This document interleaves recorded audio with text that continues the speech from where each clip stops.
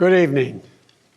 Ella Baker, a giant of the civil rights movement, left us with this wisdom: give people light, and they will find the way. Give people light. Those are words for our time. The current president has cloaked American darkness for much too long. Too much anger, too much fear, too much division. Here and now, I give you my word. If you entrust me with the presidency, I will draw on the best of us, not the worst. I will be an ally of the light, not the darkness. It's time for us, for we the people, to come together.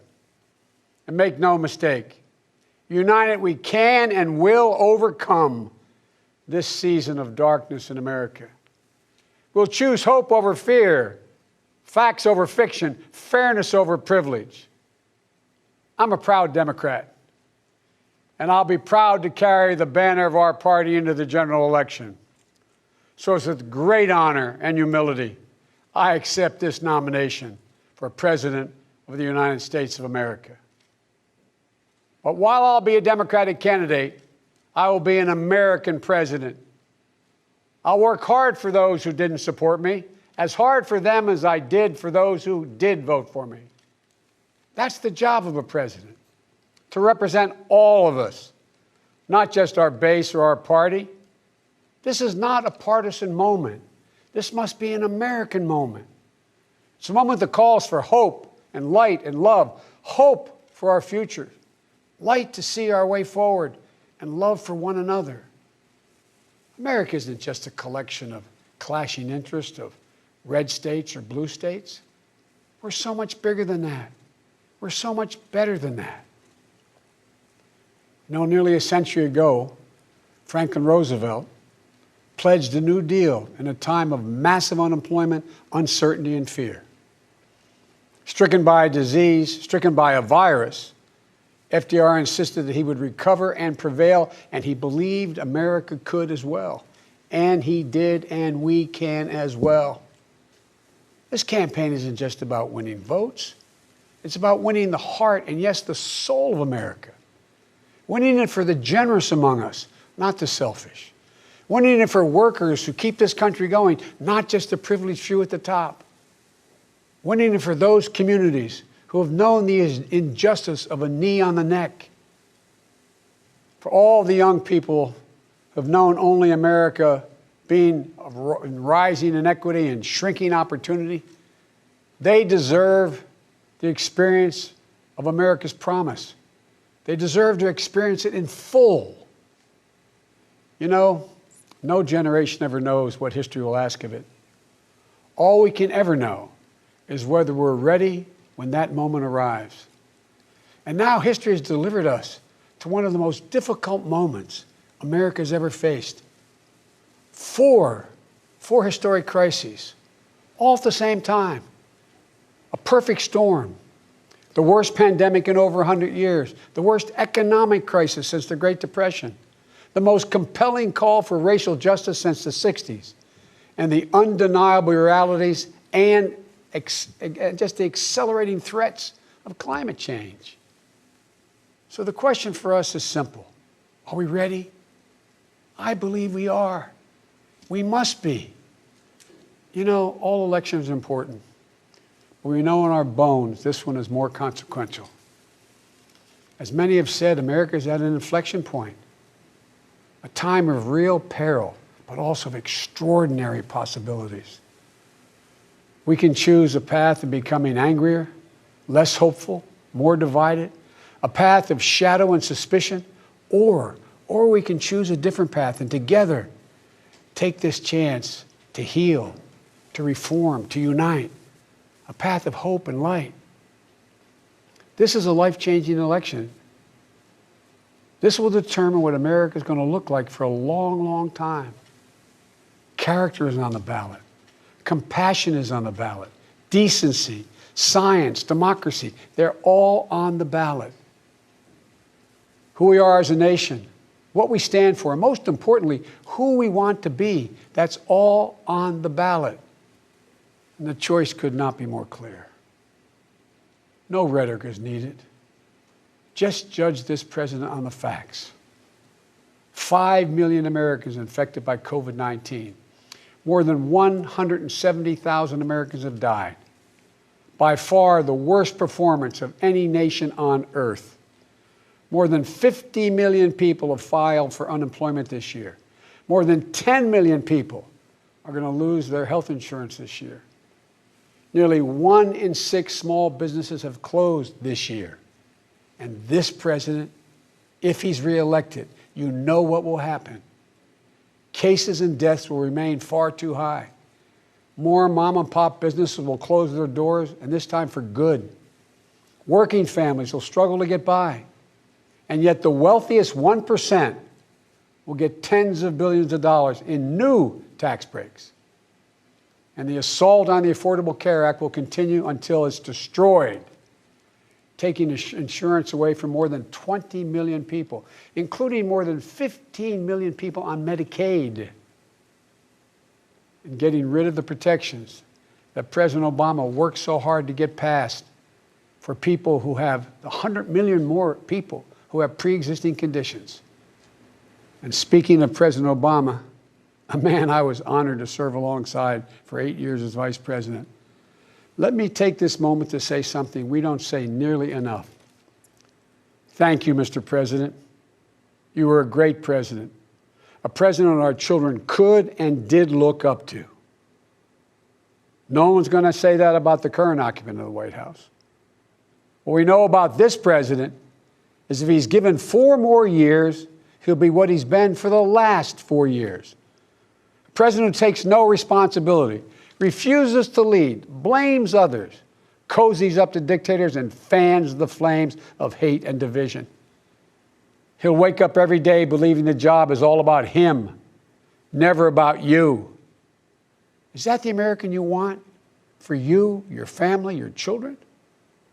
I see a different America, one that's generous and strong, selfless and humble. It's an America we can rebuild together. As president, the first step I will take will be to get control of the virus that has ruined so many lives. Because I understand something this president hasn't from the beginning. We will never get our economy back on track. We will never get our kids safely back in schools. We'll never have our lives back until we deal with this virus. The tragedy of where we are today is it didn't have to be this bad. Just look around. It's not this bad in Canada or Europe or Japan or almost anywhere else in the world. And the president keeps telling us the virus is going to disappear. He keeps waiting for a miracle. Well, I have news for him. No miracle is coming. We lead the world in confirmed cases. We lead the world in deaths. Our economy is in tatters with Black, Latino, Asian American, Native American communities bearing the brunt of it. And after all this time, the president still does not have a plan. Well, I do. If I'm your president, on day 1, we'll implement the national strategy I've been laying out since March.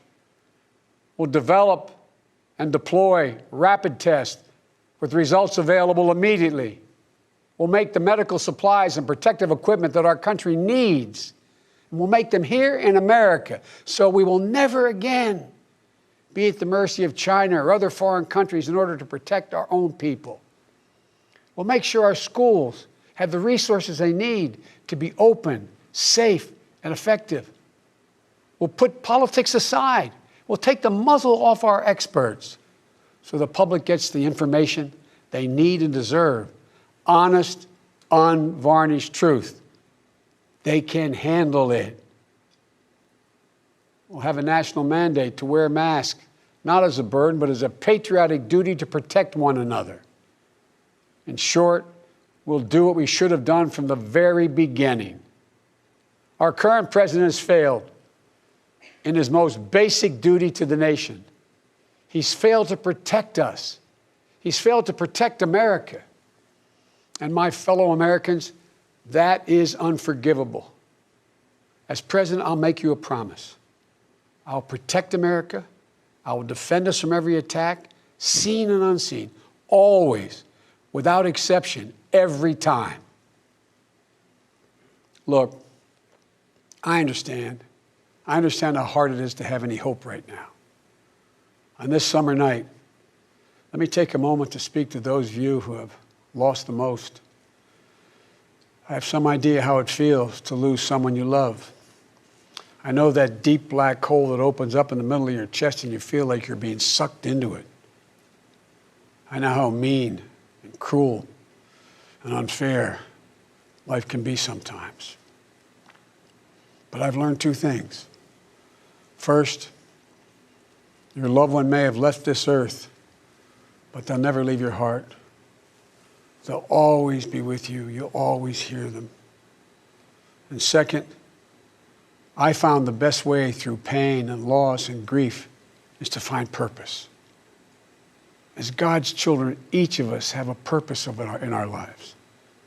We have a great purpose as a nation to open the doors of opportunity to all Americans, to save our democracy, to be a light to the world once again, and finally to live up to and make real the words written in the sacred documents that founded this nation, that all men and women are created equal, endowed by their Creator with certain inalienable rights, among them life, liberty, and the pursuit of happiness. You know, my dad was an honorable, decent man. He got knocked down a few times pretty hard, but he always got back up. He worked hard, and he built a great middle-class life for our family. He used to say, Joey, I don't expect the government to solve my problems, but I sure in hell expect them to understand them. And then he'd say, Joey, a job is about a lot more than a paycheck. It's about your dignity. It's about respect. It's about your place in the community. It's about being able to look your kid in the eye and say, honey, it's going to be okay, and mean it. I've never forgotten those lessons. That's why my economic plan is all about jobs, dignity, respect, and community. Together we can and will rebuild our economy. And when we do, we'll not only build back, we'll build back better. With modern roads, bridges, highways, broadband, ports and airports as a new foundation for economic growth, with pipes that transport clean water to every community, with 5 million new manufacturing and technology jobs so the future is made in America, with a healthcare system that lowers premiums, deductibles, drug prices, by building on the Affordable Care Act he's trying to rip away, with an education system that trains our people for the best jobs of the 21st century. There's not a single thing American workers can't do. And where cost doesn't prevent young people from going to college and student debt doesn't crush them when they get out. With a child care and elder care system that makes it possible for parents to go to work and for the elderly to stay in their homes with dignity. With an immigration system that powers our economy and reflects our values. And with newly empowered labor unions. They're the ones that built the middle class. With equal pay for women, with rising wages, you can raise a child on, a family on. And yes, we're going to do more than praise our essential workers. We're finally going to pay them. Pay them. We can and we will deal with climate change. It's not only a crisis, it's an enormous opportunity. An opportunity for America to lead the world in clean energy and create millions of new, good-paying jobs in the process. And we can pay for these investments by ending loopholes, unnecessary loopholes, and the president's $1.3 trillion tax giveaway to the wealthiest 1% and the biggest, most profitable corporations, some of which do not pay any tax at all. Because we don't need a tax code that rewards wealth more than it rewards work. I'm not looking to punish anyone. Far from it. But it's long past time the wealthiest people and the biggest corporations in this country paid their fair share. And for our seniors, Social Security is a sacred obligation, a sacred promise made. They paid for. The current president is threatening to break that promise. He's proposing to eliminate a tax that pays for almost half the Social Security without any way of making up for that lost revenue, resulting in cuts. I will not let that happen. If I'm your president, we're going to protect Social Security and Medicare. You have my word. One of the most powerful voices we hear in the country today is from our young people. They're speaking to the inequity and injustice that has grown up in America. Economic injustice, racial injustice, environmental injustice. I hear their voices. If you listen, you can hear them too. And whether it's the existential threat posed by climate change, the daily fear of being gunned down in school, or the inability to get started in your first job, it will be the work of the next president to restore the promise of America to everyone. And I'm not going to have to do it alone, because I'll have a great vice president at my side. Senator Kamala Harris. She's a powerful voice for this nation. Her story is the American story. She knows about all the obstacles thrown in the way of so many in our country. Women, Black Americans, South Asian Americans, immigrants, the left out and the left behind. But she's overcome every obstacle she's ever faced. No one's been tougher on the big banks and the gun lobby. No one's been tougher in calling out the current administration for its extremism, its failure to follow the law, its failure to simply tell the truth. Kamala and I both draw from our families. That's where we get our strength. For Kamala, it's Doug and their families. For me, it's Jill and ours. I've said many times, no man deserves one great love in his life, let alone two. But I've known two. After losing my first wife in that car accident, Jill came into my life. She put our family back together. She's an educator, a mom, a military mom, and an unstoppable force. If she puts her mind to it, just get out of the way. She's going to get it done. She was a great second lady, and I know she'll make a great first lady for this nation. She loves this country so much. And I'll always have the strength that can only come from family. Hunter, Ashley, all our grandchildren, my brothers, my sister, they give me courage. They lift me up. While he's no longer with us, Bo inspires me every day. Bo served our nation in uniform. A year in Iraq, a decorated Iraqi war veteran. So I take very personally the profound responsibility of serving as Commander-in-Chief. I'll be a president who will stand with our allies and friends and make it clear to our adversaries the days of cozying up to dictators is over. Under President Biden, America will not turn a blind eye to Russian bounties on the heads of American soldiers. Nor will I put up with foreign interference in our most sacred democratic exercise, voting. And I'll always stand for our values of human rights and dignity. I'll work in common purpose for a more secure, peaceful, and prosperous world. History has thrust one more urgent task on us. Will we be the generation that finally wipes out the stain of racism from our national character? I believe we're up to it. I believe we're ready. Just a week ago yesterday was the 3rd anniversary of the events in Charlottesville. Close your eyes. Remember what you saw on television. Remember seeing those neo-Nazis and Klansmen and white supremacists coming out of fields with lighted torches, veins bulging, spewing the same anti-Semitic bile heard across Europe in the 30s. Remember the violent clash that ensued between those spreading hate and those with the courage to stand against it. And remember what the president said when asked? He said there were, quote, very fine people on both sides. It was a wake-up call for us as a country, and for me, a call to action.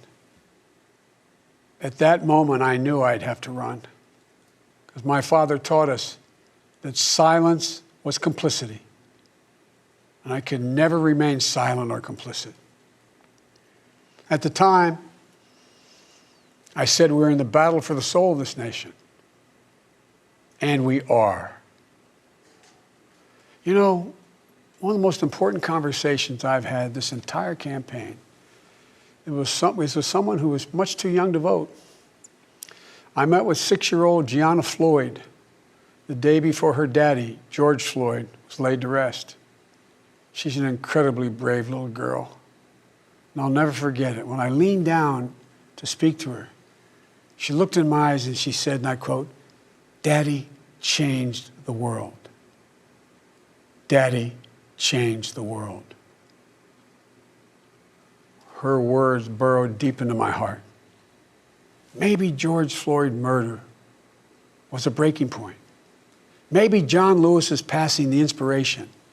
But however it's come to be, however it's happened, America's ready, in John's words, to lay down, quote, the heavy burden of hate at last, and to end the hard work of rooting out our systemic racism. You know, American history tells us that it's been in our darkest moments that we've made our greatest progress, that we found the light. In this dark moment, I believe we're poised to make great progress again, that we can find the light once more. You know, many people have heard me say this, but I've always believed you can define America in one word: possibilities. The defining feature of America: everything is possible. That in America, everyone, and I mean everyone, should be given an opportunity to go as far as their dreams and God-given ability will take them. We can never lose that. In times as challenging as these, I believe there's only one way forward. As a united America, united in our pursuit of a more perfect union, united in our dreams of a better future for us and for our children, united in our determination to make the coming years bright. Are you ready? I believe we are. This is a great nation. We're a good and decent people. For Lord's sake, this is the United States of America. And there's never been anything we've been able to accomplish when we've done it together. The Irish poet Seamus Heaney once wrote, "History says, don't hope on this side of the grave, but then, once in a lifetime, the longed-for tidal wave of justice can rise up and hope and history rhyme." This is our moment to make hope and history rhyme. With passion and purpose, let us begin, you and I together, one nation, under God, united in our love for America, united in our love for each other.